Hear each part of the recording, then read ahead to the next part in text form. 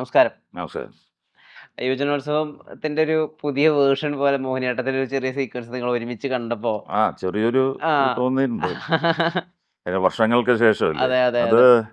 87 എന്തോ അതെ, ആണെന്തോ. അതെ, അതെ, അതെ. 4 പതിറ്റാണ്ടിന് ശേഷം ഒരേ അത് പാറ്റാണ്. കോമ്പിനേഷൻ. അതെ. പത്രസമ്മേളനത്തിനൊക്കെ നിങ്ങൾ അടുത്തിരിക്കുമ്പോ എന്റെ മനസ്സിൽ പോയിരുന്നത് ആ സീക്വൻസ് ഓഹ്! ആയിരുന്നു.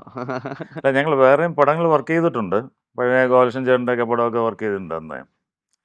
പക്ഷേ ഇപ്പോൾ വർഷങ്ങൾക്ക് ശേഷമാണ് ഞാൻ ഇതിലേക്ക് വരുന്നത് ഇപ്പം. യെസ്. മലയാളം. കുറേ വർഷങ്ങൾക്ക് ശേഷം ഒരു സിനിമ. അതെ. മിസ് ചെയ്തിരുന്നോ സിനിമയെ? സിനിമാക്കാർ സന്തോഷ് ചേട്ടനെ മിസ് ചെയ്തിരുന്നോ? മിസ് ചെയ്തിരുന്നോന്ന് ചോദിച്ചാൽ ചിലരിങ്ങനെ എഫ്ബിയിലൊക്കെ ഇവർ ഇടാറുണ്ട്. ആ. പൊതുവെ അങ്ങനെ ഇടാറുണ്ട് ആ. അവർ. ഇടുമ്പോഴത്തേക്ക് ഏറ്റവും കൂടുതൽ അവരിടുന്നതെന്ന് പറഞ്ഞു കഴിഞ്ഞാൽ മോഹൻലാലിൻ്റെ കൂടെ നിൽക്കുമ്പോഴാണ് കട്ടയ്ക്ക് കട്ട നിൽക്കുന്നതെന്നൊക്കെ പറഞ്ഞ് ചിലർ ഇടാറുണ്ട്. ഞാൻ പറഞ്ഞ എപ്പോഴും അങ്ങനെ പറ്റുമോ, സാധിക്കുമോ? ആ. ആ. ആ. എപ്പോഴും അങ്ങനെ സാധിച്ചോളണമെന്നില്ല. ഒരേ ടീം തന്നെ ഇങ്ങനെ വർക്ക് ചെയ്യാന്ന് പറയുമ്പോൾ ചേഞ്ച് ഫീൽ ചെയ്യില്ല. ഉം, ഉം, ഉം, ഉം, ഉം. പണ്ട് നസീർ സാറും ഒക്കെ എന്ന് വെച്ചാൽ അന്ന് ആർട്ടിസ്റ്റുകൾ കുറവാണ്. ഉം. അപ്പോൾ ഒരേ ആർട്ടിസ്റ്റ് തന്നെയാണ് എല്ലാം ചെയ്യണം. ഇപ്പം നമുക്കെന്ന് പറഞ്ഞാൽ ആവശ്യം പോലെ ഉണ്ട്. ഉം, ഉം, ഉം. വേറൊരു ഓപ്ഷൻ എന്ന് പറഞ്ഞാൽ ഒരുപാടുണ്ട്. മറ്റേ എയും ബിയും ഉള്ളൂ. ഇപ്പോൾ ഇസഡ് വരെ ഉണ്ട് ഓപ്ഷൻ. അപ്പോൾ അതുകൊണ്ട് നമുക്ക് എല്ലാം ചെയ്യണമെന്ന് വിചാരിക്കുന്ന കാര്യമില്ല. ഉം. പിന്നെ ഇടയ്ക്ക് കുറച്ച് വേഷം മോശമായി തുടങ്ങിയപ്പോഴത്തേക്ക് മനസ്സിന് ചിലപ്പോൾ വിഷമം തോന്നിയിട്ടുണ്ട്. ഉം. എങ്ങനെ വേഷം വിഷമത്താൽ? മോശമെന്ന് പറഞ്ഞാൽ നമ്മൾ ചിലപ്പോൾ കഥ പറയുന്ന വേഷമായിരിക്കില്ല അവിടെ ചെല്ലുമ്പോൾ ചെയ്യുന്നത്. ചിലപ്പോൾ ചെന്ന് കഴിയുമ്പോഴത്തേക്ക് ഇപ്പോൾ വെളിയിൽ നിന്നൊരു വില്ലൻ വരികയാണെങ്കിൽ നമ്മൾ അവരുടെ കീഴിൽ നിന്ന് ചെയ്യുന്ന പോലെ വരിക. അപ്പോൾ അത് ചെറുപ്പകാലത്തൊക്കെ നമുക്കത് സുഖമായിട്ട് തോന്നും. ഉം, ഉം. പക്ഷേ കാശ് കിട്ടുക എന്നുള്ളത് മാത്രം. അപ്പോൾ അത് കഴിഞ്ഞ് കുറച്ച് കഴിയുമ്പോൾ എന്തെങ്കിലും നമുക്ക് നമ്മുടേതായിട്ട് ചെയ്യണമെന്നുള്ള തോന്നൽ വരും. അപ്പോഴും ഇതുപോലെ ടൈപ്ഡായിട്ട് വരുമ്പോൾ ഒരു മടുപ്പ് സ്വാഭാവികമായിട്ട് വരും. ഈ ആളുകൾ എപ്പോഴും എടുത്തു പറയുന്ന ഒരു കാര്യമാണ് ഈ ദിലീപ് സിനിമകളിലെ സാന്നിധ്യം. ഉവ്വ്. പ്രത്യേകിച്ച് റൺവേയിലൊക്കെ. നല്ല അത് വേഷങ്ങൾ. ദിലീപുമായിട്ടുള്ള സൗഹൃദം കൊണ്ട് സംഭവിക്കണോ അതോ ഉദയകൃഷ്ണ സിബിക്ക് തോമസ് ഇവരായിട്ടുള്ള സൗഹൃദം കൊണ്ട് സംഭവിക്കുന്നതാണ്? അത് അവരുകൊണ്ടുള്ള സൗഹൃദമാണോ എന്ന് ചോദിച്ചാൽ കൃത്യമായിട്ട് പറയാൻ പറ്റില്ല. സൗഹൃദം ഇല്ലയെന്ന് പറയാൻ പറ്റില്ല.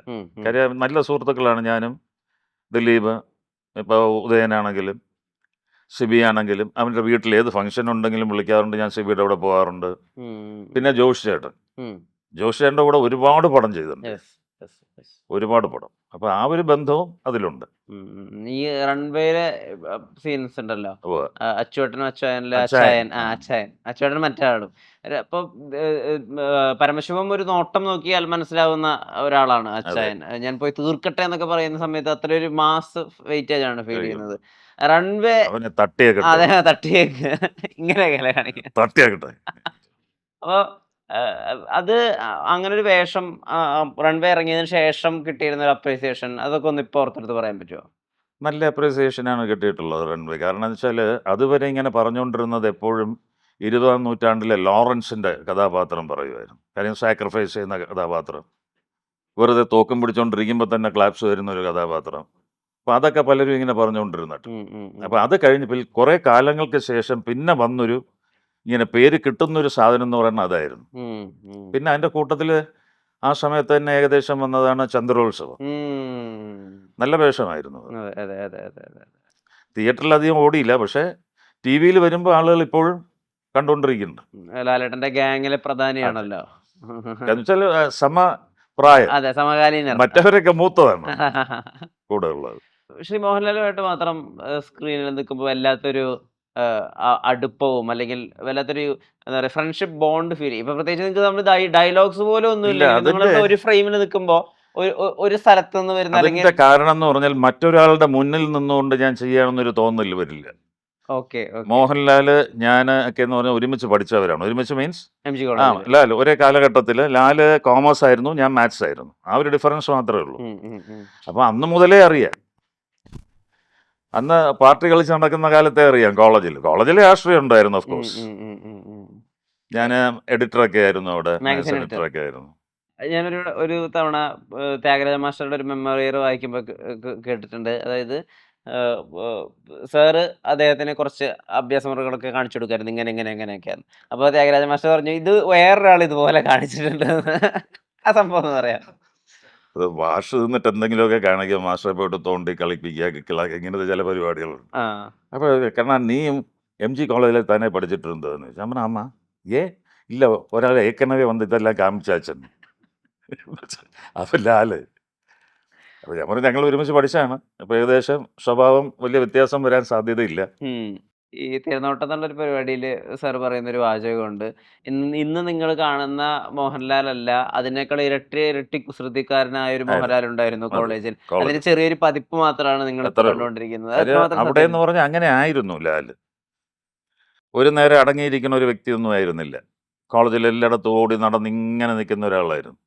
അതിലൊരുപാട് തമാശകളുണ്ട്. കുറേ തമാശ പുറത്ത് പറയാൻ പറ്റും, കുറേ പറയാൻ പറ്റില്ല. കോളേജ് ലൈഫിൽ പലതും ഉണ്ടാവും. അപ്പോൾ ആഹാഹാ. അതെല്ലാം നമുക്ക് പറയാൻ പറ്റണമല്ല. കാര്യം ഇന്നത്തെ തലമുറയ്ക്ക് ചെയ്യാൻ പാടില്ലാത്ത നമ്മൾ പറഞ്ഞു കൊടുക്കാൻ പാടില്ല. പിന്നെ അന്ന് ഞങ്ങൾക്കൊക്കെ കിട്ടിയൊരു ഗുണം എന്ന് പറഞ്ഞാൽ അന്ന് ഇതുപോലെ ക്യാമറാസോ ഫോണിൽ ക്യാമറ ഇതൊന്നും ഇല്ല. ഉം. പ്രൈവസി ഉണ്ടായിരുന്നു ഒരുപാട്. ഒന്നിനും തെളിവില്ല. ആ ആ. പ്രൈവസി ആ. ഉണ്ടായിരുന്നു. സ്വകാര്യതയുണ്ട്. അത് ഉണ്ട്. ഇപ്പം അതില്ല. ഉം. അന്നാ എംജി കോളേജിൽ പഠിക്കുകയാണെങ്കിൽ മറ്റേ അവിടുത്തെ തെങ്ങിലെ മുഴുവൻ കരുക്കുകളും കുടിക്കുന്നത് ഞങ്ങൾ തന്നെയാണ്. ഓഹോ! സ്റ്റുഡൻസ് തന്നെ. പിന്നെ അവസാനം ഒരു ഫൈനും കൂടെ കൊടുക്കും ഹോൾ ടിക്കറ്റ് ആ, കിട്ടാനായിട്ട്. ആ.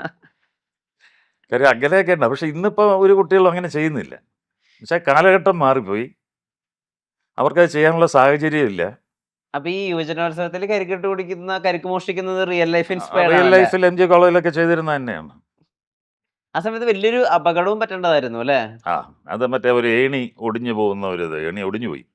ഈ സാധാരണ പച്ച തെങ്ങിൽ ചാരിയപ്പോ. പിന്നെ പച്ച മടലിൽ ഇങ്ങനെ തൂങ്ങിക്കിടക്കും. പക്ഷേ ലാൽ അതിനെ ഇങ്ങനെ കറക്റ്റ് അഡ്ജസ്റ്റ് ചെയ്ത് പിടിച്ചിട്ട് അതിൽ ഇറങ്ങണ്ട ചവിട്ടി അതിലേ പോരാൻ പറഞ്ഞു. എന്നിട്ട് ഇങ്ങനെ വലിച്ചുകൊണ്ട് പോകും. അതൊക്കെ ചെയ്തിട്ടുണ്ട് എല്ലാവരും.